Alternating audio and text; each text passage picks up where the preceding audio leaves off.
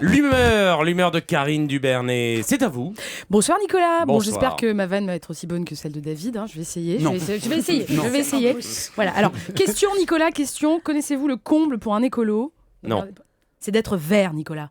Ah. Bien, bide, j'ai fait un bide, mais j'assume. Parce David que a ri. il a rigolé, oui, mais je l'ai forcé J'ai ri un peu. avant, moi. Oui, bon, ça va, ok. Alors ça va, ça a marché, mais au-delà de cette devinette blague.com pour enfants de 5 ans, mes propos ont un sens, car cette semaine, les écolos du monde entier doivent être bien verts au sortir du sommet de Cancun qui s'est terminé samedi. Alors pour résumer, le sommet de Cancun, c'est à peu près 200 nations présentes durant 12 jours au Moon Palace Spa and Resort en all inclusive dans la station balnéaire de Cancun pour discuter de l'avenir de la planète, bien sûr.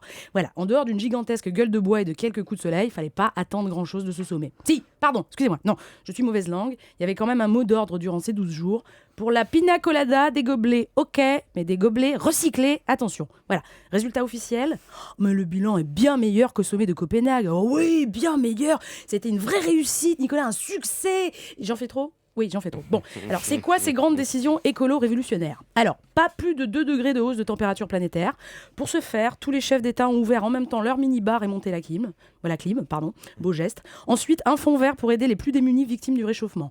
Eh ben ça, c'est une bonne nouvelle. On va enfin pouvoir équiper les ours polaires en machines à glaçons. Ouf !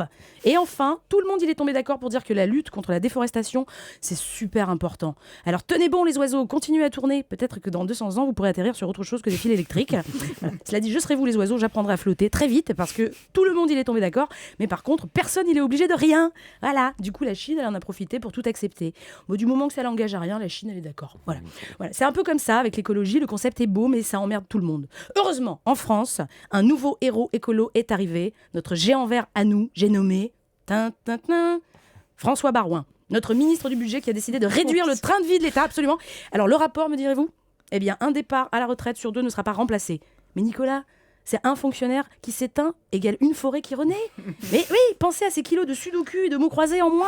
Ça, c'est de l'écologie active. Et il s'arrêtera pas là, François. Non, bientôt pas plus d'1 heure d'électricité dans tous ces services d'État. Voilà, de toute façon, c'est pas comme si Pôle emploi servait vraiment à quelque chose. Et bientôt aussi, tous les fonctionnaires seront obligés de se déplacer en trottinette. Voilà, je suis impatiente de voir la tête de notre président quand il va devoir échanger son gros navion contre un deltaplane. Lui aussi, il va enfin devenir vert. Voilà. D'ailleurs, plutôt que de se plaindre de la météo, on pourrait tous en profiter pour adopter une vraie green attitude. Luge et raquette, ça c'est un moyen de transport écolo. Hop, l'hiver en chien de traîneau, l'été en bateau. Oui, comme bientôt toutes les villes ressembleront à Venise.